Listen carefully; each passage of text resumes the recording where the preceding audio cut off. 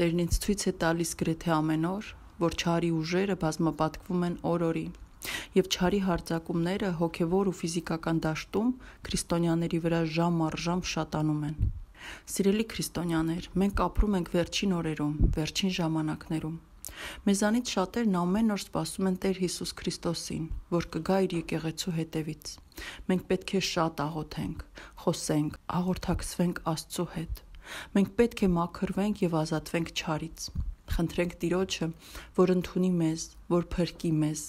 Ինչ եմ ուզում ասել։ Չարի հարձակումներից մենք պետք է ամեն օր պաշտպանվենք եւ փրկվենք աղոթքով Տեր Հիսուս Քրիստոսի անունով։ Աղոթենք շատ, հեռացնենք չարը մեզանից Տիրոջ անվան զորությամբ, Տիրոջ Սուրբ Հոգով, նրա ներկայությամբ, նրա լույսով։ Չարը չի կարողանում լսել Տեր Հիսուս Քրիստոսի անունը։ Ազատվենք չարի ներկայությունից, չարի հարձակումներից Տեր Հիսուս Քրիստոսի անունով, նրա զորությամբ, նրա լույսով։ Ինչքան մոտենանք Տիրոջը, այնքան չարը մեզ շատ կնկատի եւ կկենտրոնանա մեր վրա։ Այդպես է, ինչքան մոտենում ես Տիրոջը, չարի հարձակումներն այնքան շատանում են։ Բայց չպետք է վախենանք, չպետք է նահանջենք, զգալով մեր վրա եւ ֆիզիկական եւ հոգեվոր դաշտում, կյանքում, զգալով մեր վրա չարի հարձակումները,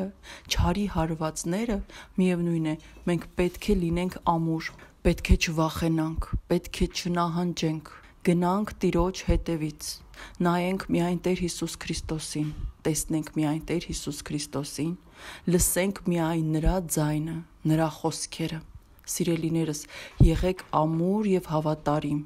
Մեր Տեր Հիսուս Քրիստոսն ամենահավատարիմն է։ Եկեք մենք էլ լինենք ու մնանք նրան հավատարիմ, անդավաճան, ինչ էլ որ լինի։